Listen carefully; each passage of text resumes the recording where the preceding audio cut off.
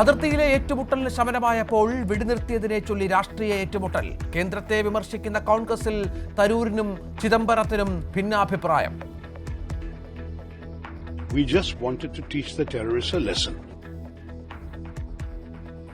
പാർലമെന്റിന്റെ പ്രത്യേക സെഷൻ വിളിക്കണമെന്നും കോൺഗ്രസ്. സൈന്യം തകർത്ത പാക് സൈനിക കേന്ദ്രങ്ങളുടെ പട്ടിക എണ്ണിപ്പറഞ്ഞ ബിജെപിയുടെ മറുപടി.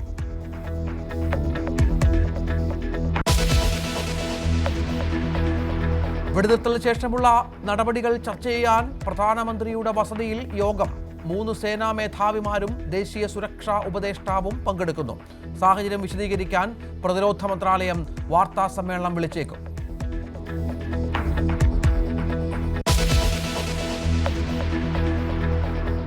വെടിനിർത്തലിന് ശേഷവും കനത്ത ജാഗ്രതയിൽ അതിർത്തി. പഞ്ചാബിൽ റെഡ് അലർട്ട് തുടരും. ബ്ലാക്ക് ഔട്ട് പിൻവലിച്ചു. ഇനി അശാന്തി ഉണ്ടാകാതിരിക്കാൻ കരുതലോടെ സുരക്ഷാ സേന.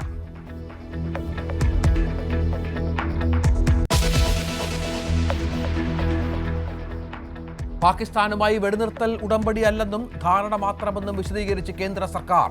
പാകിസ്ഥാൻ ധാരണ ലംഘിച്ചാൽ തിരിച്ചടി കനക്കുമെന്ന് മുന്നറിയിപ്പ്. നിലവിൽ അതിർത്തി ശാന്തം. നാളെ വീണ്ടും DGMOമാരുടെ ചർച്ച.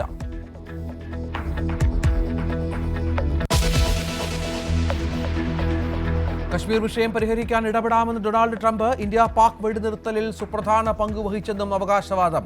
ആക്രമണം നിർത്താൻ തീരുമാനിച്ച രാഷ്ട്രത്തലവന്മാർക്ക് ട്രംപിന്റെ അഭിനന്ദനം.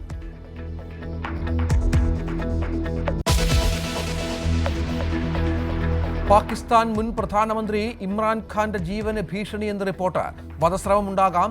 ഇമ്രാനെ ഇല്ലാതാക്കാനുള്ള നീക്കത്തിന് പിന്നിൽ പാക് സൈനിക മേധാവി അസീം മുനീർ എന്നും നിഗമനം.